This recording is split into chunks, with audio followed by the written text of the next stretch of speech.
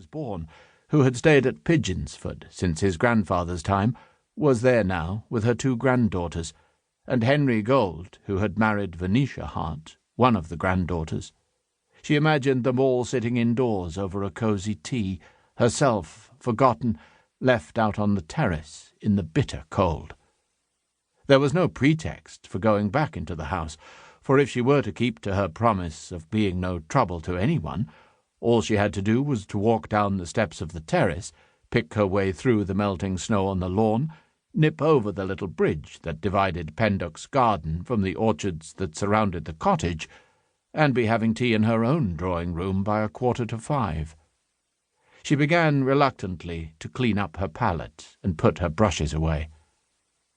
Voices from the French window behind her considerably accelerated this process, and a sleek black dachshund arrived upon the scene and commenced investigations. Venetia Gold and her sister Francesca stepped out onto the terrace. Miss Morland, who had been expecting them for the past half-hour, was, of course, quite overcome by surprise. "Oh, Mrs. Gold! Miss Hart! How you startled me! I was just going to pack up my things and creep away quietly to my little house. A teeny mouse. No trouble to anyone." "Wouldn't you like some tea before you go?" asked Venetia, politely speaking her piece. "Mr. Pendock said we must bring you in to tea." "Can we have a look at your picture first?"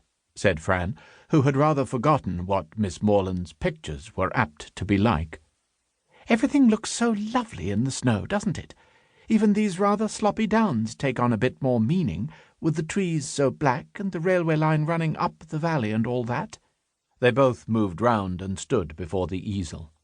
"How exquisite they are," thought Grace wistfully, for though Venetia was safely married to that dreadful little Jew, Henry Gold, Francesca was only too free, thought Grace darkly, and so painfully pretty.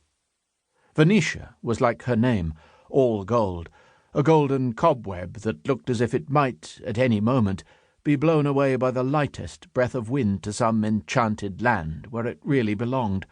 But Fran, as slim and tall and delicately built as her twin, with the same little hands and narrow, high-arching feet, had yet a look of staunchness about her, a look of courage and resolution, as though she would match herself against the world and come out, light-heartedly, the victor.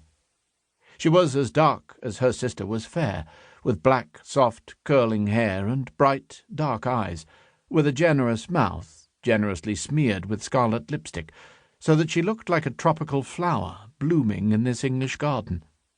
Flowers, thought Grace. Cobwebs. If Grace were like a flower, it was a thoroughly British one, a bluebell that looked all right in a wood, but faded and drooped when you came up to it. If she were like a cobweb, it was just an ordinary dusty grey cobweb, with never a glint of gold. And what chance had she against all this riot of colour and beauty, all this youth and life and gaiety that the Hart sisters carried with them in the shining eyes and eager, exquisite hands? What chance at 38?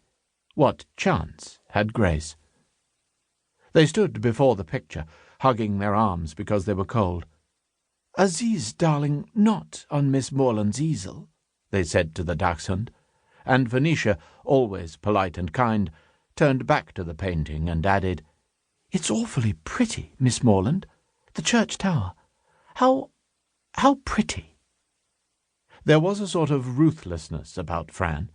She faced the truth so squarely for herself that she could not be hypocritical for others, even to be kind.